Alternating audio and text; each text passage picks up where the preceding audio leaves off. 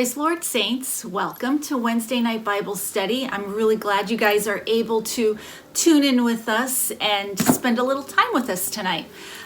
Before I get into my little message tonight, I want to really take the time and I want to thank the people behind the scenes that make these Facebook and YouTube videos, happen.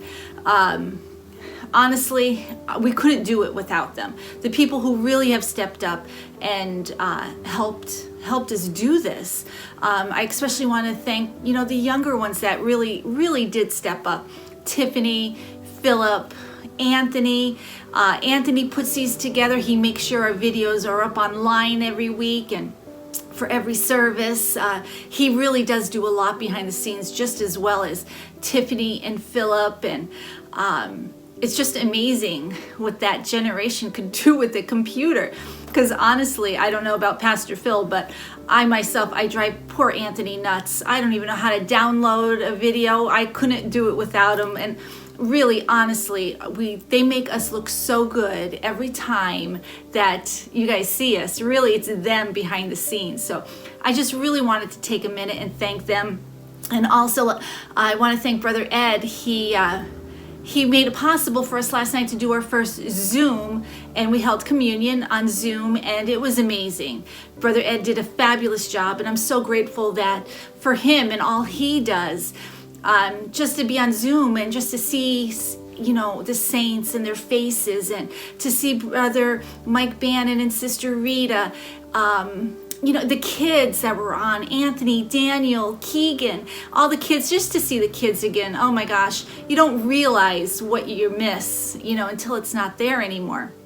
But it was so good. And, some of them couldn't even get on, but they were able to phone in. Like just to hear Brother Carl's laugh last night was just so calming, and it was just really so good just to hear the voices of the saints. So again, the people behind the scenes that make all this happen in this time that we're in when we can't be together right now. So really, honestly, from the bottom of our hearts, and I know Pastor Phil feels the same way, and we just appreciate everyone that has stepped up and really filled in the voids for us. So again, thank you so much. And really that goes on with the message that I have tonight, because, God made a way when we can't be together. He made a way for us still to get the word out, to be connected still in all this. And even before this pandemic or the coronavirus, whatever you're calling it, came about, God had a plan. God knew all this was going to happen. And He made a plan way back, and He made it possible for all this to happen. God has not left us, sitting empty-handed or unable to be together. He made a plan even before this all happened, that we had the means to bring this all to you. So all this happening around us today, this coronavirus and everything that's happening, us not being able to be together, is not a surprise for God. He knew this was going to happen. And He knew we would need a way to communicate and be together. And it's funny to see how He had this all in place even before it happened. So when this did happen, we had people like an Anthony, a Brother Ed, a Tiffany, and a Philip who were already in place to make this all happen. So when things are going on around us, we can't think like, God, do you know what's going on? Or, how can you fix this? Or what can you do? It's not a surprise. God is not surprised by what's going on around us. And like I said, that sort of is what my message is connected with tonight. I have been in the book of Habakkuk. I'm not sure if that's how you say the right name, but people in our Bible study will know that I don't pronounce all the names correctly, but we're going with Habakkuk. We're in the book of Habakkuk tonight. And I'm going to keep you in that book. We're not going to jump around or anything. And I really thought I was going to use this book as one of our women's Bible study books. And God has kept me in this book for the last couple weeks. And I just felt like it deals with so much with what we're dealing with today that I just wanted to bring it out a little bit. It's a great book. It's only 3 chapters long. It's a great read. We're not going to be able to get through it all, all the little points tonight, but really take the time and go through this book. It really is a great book about faith. You need your faith encouraged. Step into this book a little bit. You don't hear many preachers going or referring to it too often. It's sort of, a book we don't get into much. So it's a great book. But we're going to start a little bit about Habakkuk. Habakkuk is one of the minor prophets, and we don't know much about Habakkuk. We do know that Habakkuk, he lived through a national revival. And it's followed by, right now where he is in, is a period of spiritual decline.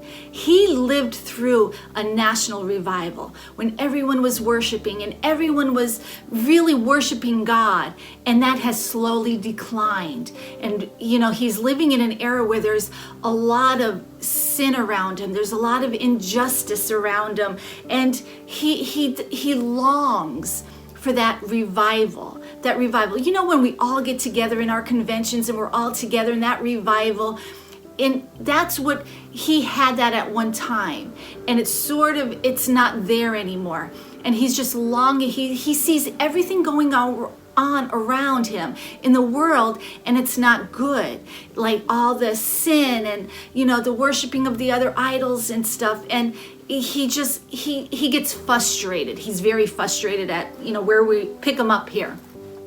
And when I got into this book, I thought of it, isn't that like exactly how we are today in the world? We look around in the world today and we just think like, where is everyone's spiritual connection with God? There's so much going on. You don't see very many people worshiping anymore. And, where are they? Where is this revival? And Habakkuk here, he talks to God, and that's what prophets do. But most of the time we see prophets, they talk to people about God. But here in this story, we're going to see a prophet talking to God about the people. And we see here, as we begin in chapter 1 of Habakkuk, we see that Habakkuk is very brokenhearted. He's burdened. Right in verse 1, it says how he's burdened. And he has a lot of questions for God. We're going to see in this story where he asks 2 different questions to God. He's questioning God, and he goes to God with his concerns. And he talks a lot about violence that's going on in the world around him. As a matter of fact, in the story, we're going to see 6 different times where Habakkuk is talking about different, violence things that is happening around him. And like I said, he's asking God, why? Why are you letting these things happen around us? Why is this happening? Where are you? And at this time, God seems a little silent to Habakkuk. God, why are you letting this thing happen? Why are you not stepping in? And it just feels like you're not answering me. And Habakkuk just feels isolated. He feels like God has forgotten him. And he's just wondering where God is at this time. And then we're going to jump down and down to verse 3, and it says, why do you show me iniquity and cause me to behold grievances? And he's asking God, why are you not stepping in? You see the world and the things happening, you're not doing anything. You're so quiet. How long? He's asking God, how long are you going to let this world go on the way it is? And it's sort of how today, maybe we're asking God, how long are you going to let this virus go on? God, how long are you going to keep us in quarantine? God, how long are you going to keep us away from, our fellowship? God, how long? I know myself, I ask God, how long are you going to keep me away from my new grandbaby that I just had? It's okay to ask God, why? Why is this happening? And, God, where are you? And that's exactly what Habakkuk is doing right now. He's asking God, where are you? It's okay to ask God questions. It's really okay to ask God where, what's going on and how is this? And here Habakkuk is asking these honest questions to God. And sometimes we can't let the distractions and the injustice of the world and the things happening around us to really undermine our faith. And that's a lot of what Habakkuk brings through in this book. Like, just because the bad things are happening all around us, now is the time where we have to hold on to our faith. You look at Habakkuk here, he's a godly man. He's a prophet. And even he goes to God with questions. And he's struggling. And he's asking God, like, why? How can you let these things happen? Like, where is the revival? Like, can't you step in? Can't you just step in and fix this? And sometimes we may ask, like, God, are you really this all-powerful and all-loving God when we see all this stuff happening around us? And and we know that God is all-powerful and all-loving, and that's what we have to hold on to right now. And he's at a point here where he's just really questioning God, and he's not understanding how God is letting things happen around him. And, so many times at this point in some of our Christian lives, this is the point where people put up the walls. Well, God, you know what? You're not working. I don't see you. I don't hear you. People put up those walls. They may be saying, God, you're not acting like I think you should be acting. You should have cleaned up this virus months ago. Like, God, where are you? And people, that's when the hard heart comes in. People's hearts get hardened. They put the walls up. And they're, and they lose that connection with God at this time. In Habakkuk here, he's asking God, how long? He's crying out to God. How long are you going to let this happen? And usually when someone's crying out this much, as we see Habakkuk, they're in some kind of real agony. And we also see that in David. With David in Psalms 13, we see David, he's crying out, God, how long will you forget me? How long will you hide your face from me? He's asking.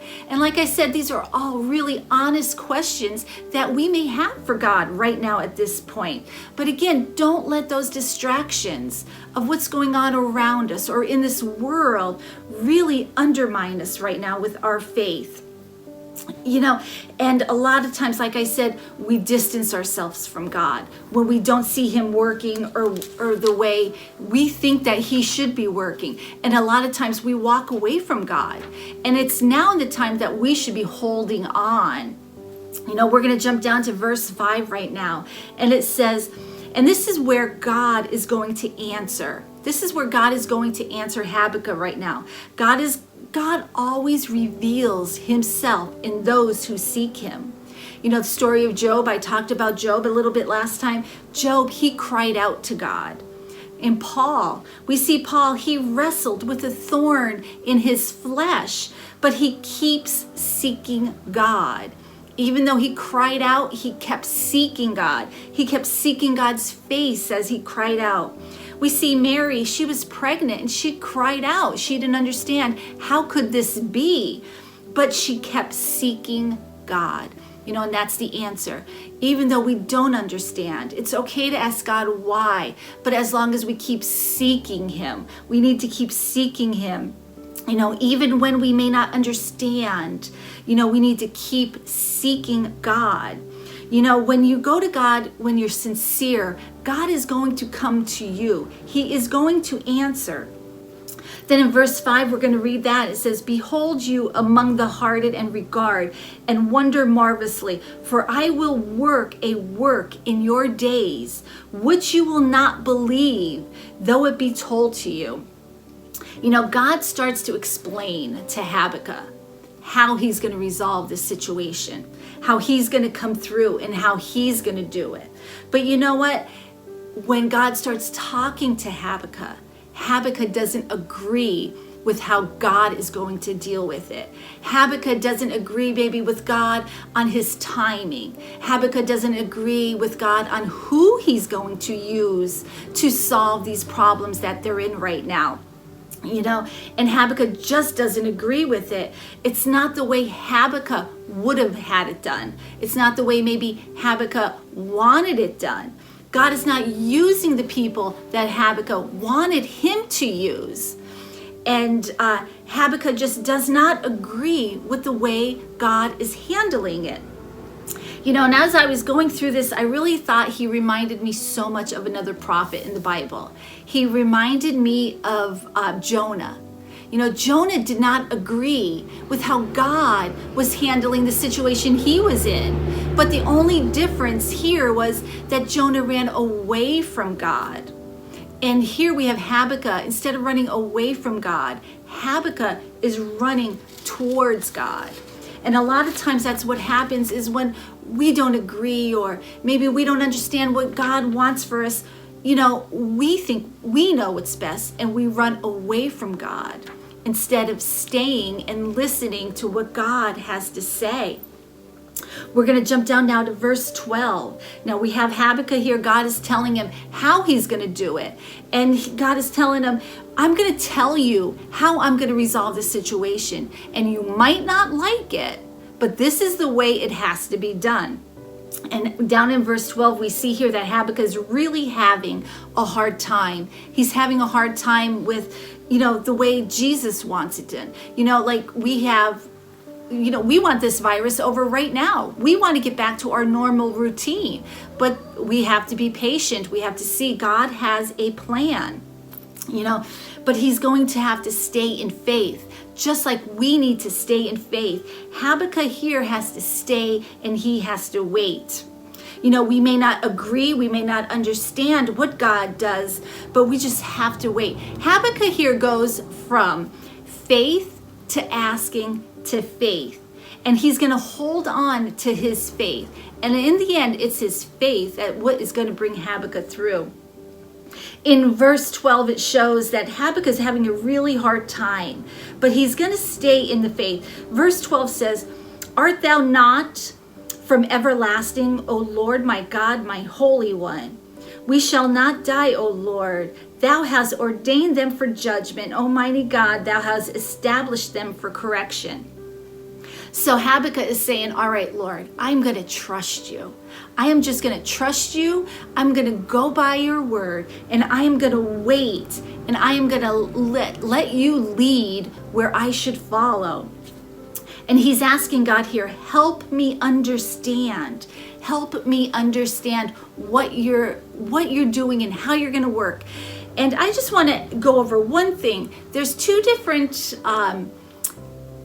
a difference between asking God and questioning God. There's two separate things there. There are two separate things. When you ask God, you're going to ask God to help me understand. God, help me understand this situation. It doesn't make sense to me. And it's okay to go to God. It's okay to go to God and ask him questions like, God, why is this happening? I need you right now. I need you to show me how this is going to come out. I need you to at least show me it's going to be okay.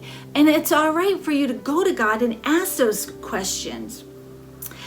And then there's a difference between asking and questioning. Questioning is when you go to God and you say, I know how this should be done. I know what's best. God, you need to do it this way. And why are you doing it like this when this way would work better? When you ask God, you're going to God with humility. There's a piece of humility right there when you're asking God. When you ask God, you're having that one-on-one encounter with God. And God will always show up and he'll answer all your questions. And that's what Habakkuk is doing right now. He needs that deeper encounter with God. That's why he's crying out to God. Show me that it's going to be okay. Show me that you have a plan. Give me something.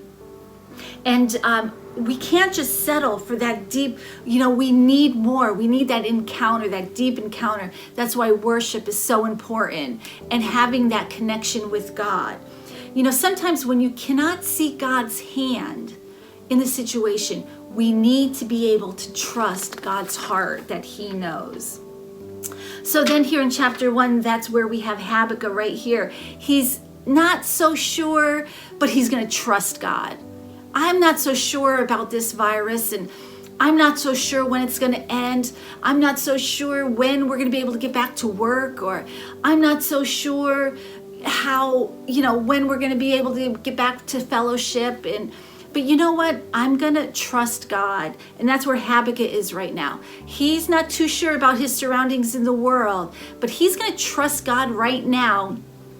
And he's going to go with God's plan.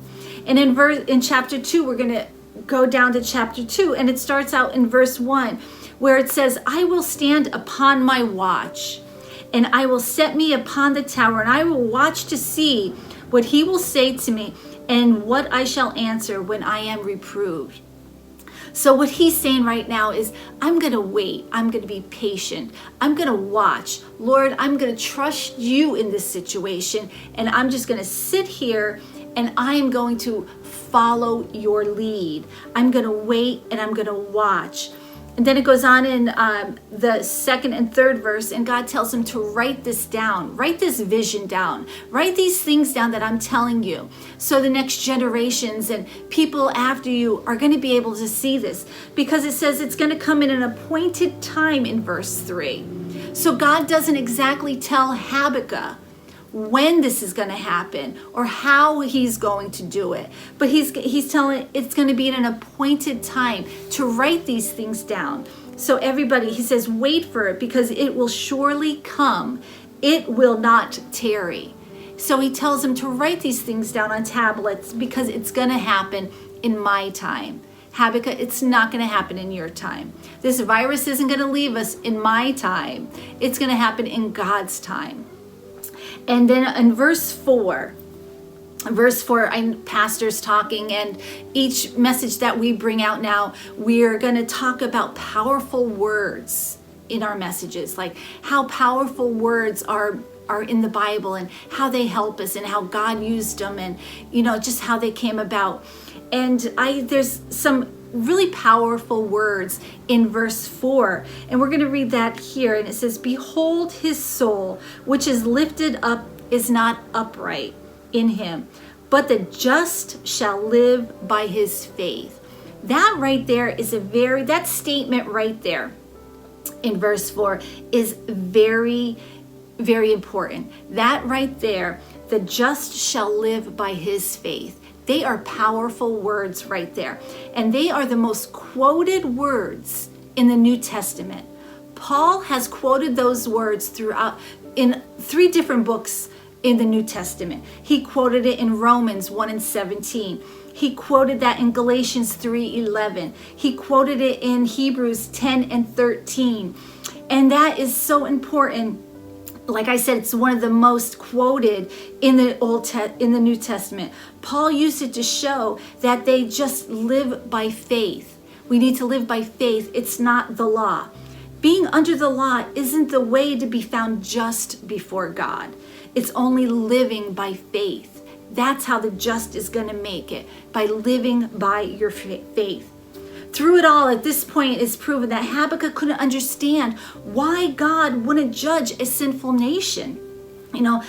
He's wondering, like, God, how are you judging a nation by an even more sinful nation? He just couldn't see it. Yet God reminds here in the next verses, God is reminding Habakkuk of his own strengths, his own wisdom. Sometimes God has to remind you of where you came from, and how far you've came, and where he's brought you from. And in these next verses in chapter 2, that's what God is doing. He's showing Habakkuk just really how strong he is, and all the wisdom he has, and how at one time Habakkuk has triumphed over the wicked of the world. God knew at this time, because he was using the Babylonians, and he was showing them how proud of a people that the Babylonians were, and how God was going to use that right now to fight this violent nation and everything that was going on around them. And God knew how to deal with this at that time. Then we're going to jump on to chapter 3 in this book. And this is Habakkuk's prayer of faith. Habakkuk, simply what he's doing now, he's praying for a revival. He's praying that this revival comes back. Things are quiet right now, and we need to be praying. We need to have that encounter with God for that revival. We need that revival again.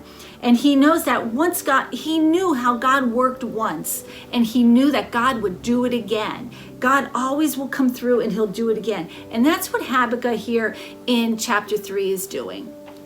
So God has talked to Habakkuk, and he told Habakkuk, I'll work it out in my way. I just need you to sit, be patient, and wait on me.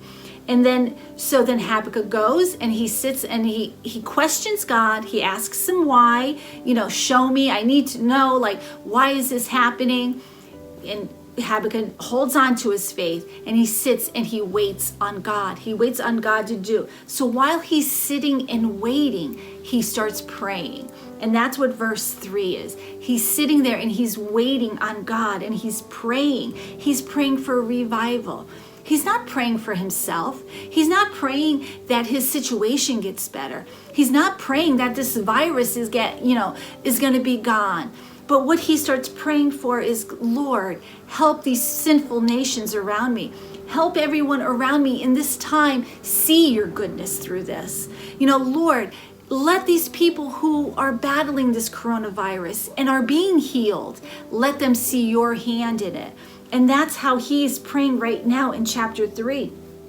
He's praying for the world, his society, to see how God is handling this situation, that he just wants to see. He's longing for that revival right now. And how many of us right now are just longing for that revival, just to be back together again? Just to be there. And that's what we need to do. We need to be crying out to God. We need to be praying for our community. We need to be praying for these people to see God's hand. We need to cry out. We need to plead for this revival. And Habakkuk, he just doesn't practice positive thinking and shut out the idea that talks about, there's been bad times, but he's not focusing on these bad times. He's not focusing on this bad, coronavirus or something. He's thinking positive, and he's saying, all right, Lord, while I'm sitting and I'm waiting, I'm going to pray for this revival. I'm going to pray that, maybe I don't have that job right now, but what's coming next for me is going to be far greater than what I had before. I'm going to take the attention off of myself, and I'm not going to be afraid about getting sick right now or this virus. I'm going to start praying for those people who actually are sick. I'm going to start praying for these young families that are out of work. And, I'm going to start this, and I'm going to pray, Lord, remove this so we could get back together again. And I just want to close here with another part. And I would really like, when you guys read this, pick out your powerful words and what you thought was so powerful, and leave it in our comments and stuff. I love to hear what other people think on these stories. And I want to close it out here with the ending of this chapter 3. And I really think that these are the most powerful words in this whole book. I really thought that there was a lot in this book, but these last 3 verses are the ones they're my pick for the most powerful words in this chapter. And in verse 17 of chapter 3, it says, although the fig tree shall not blossom, neither shall fruit be in the vines, the labor of the olives shall fail, the field shall yield no meat, the flock shall be cut off from the fold, and there shall be no herd in the stalls. Verse 18, yet, that is my powerful word, yet I will rejoice in the Lord. I will joy in the God of my salvation. Verse 19, the Lord God is my strength, and he will make my feet like hinds' feet, and he will make me walk upon my high places, to the chief singer on my stringed wings. Yet, I love that. And yet I will rejoice. Verse 17 talks about all the things maybe going wrong. It's not all going right. But yet, in verse 18, even though things aren't going the way I think they should be going right now, yet I will rejoice in the Lord. I have so many things to be thankful for today. I have a roof over my head, food in the refrigerator, a car in my driveway. I have so much to be thankful for. We may not be working like we were before right now, but you know what? Yet in these times, coronavirus has hit our families, but yet in this time, I'm going to rejoice. I am going to rejoice in the Lord. I will joy in the Lord my God. So we need to take this time. God, even though I do not agree with maybe how you're letting this go on for so long, but I'm going to hold on to that faith that you're going to bring this to an end. And I am going to rejoice, because you know what? The joy of the Lord is my strength. And that's where my strength is going to come. And that's where your strength is going to come, from the joy of the Lord. So really, a recap on the book of Habakkuk is a picture. It's just a picture of prideful people getting humbled. While the righteous remain in their faith, we need to, even though people around us may be running around, we need to stay in our faith. It reminds us that while God may seem to be silent, and uninvolved, he has a plan. We have to trust that God has a plan. And in this book of Habakkuk, it just encourages us. It encourages us to wait upon the Lord. We need to wait upon the Lord. And we have to remember the Lord is our strength, not the world. It's the Lord. So I hope you are encouraged a little bit tonight by Habakkuk. Like I said, please go back and read it. And I really thank everyone for tuning in. And we'll see everyone Sunday. And all the people said, Amen.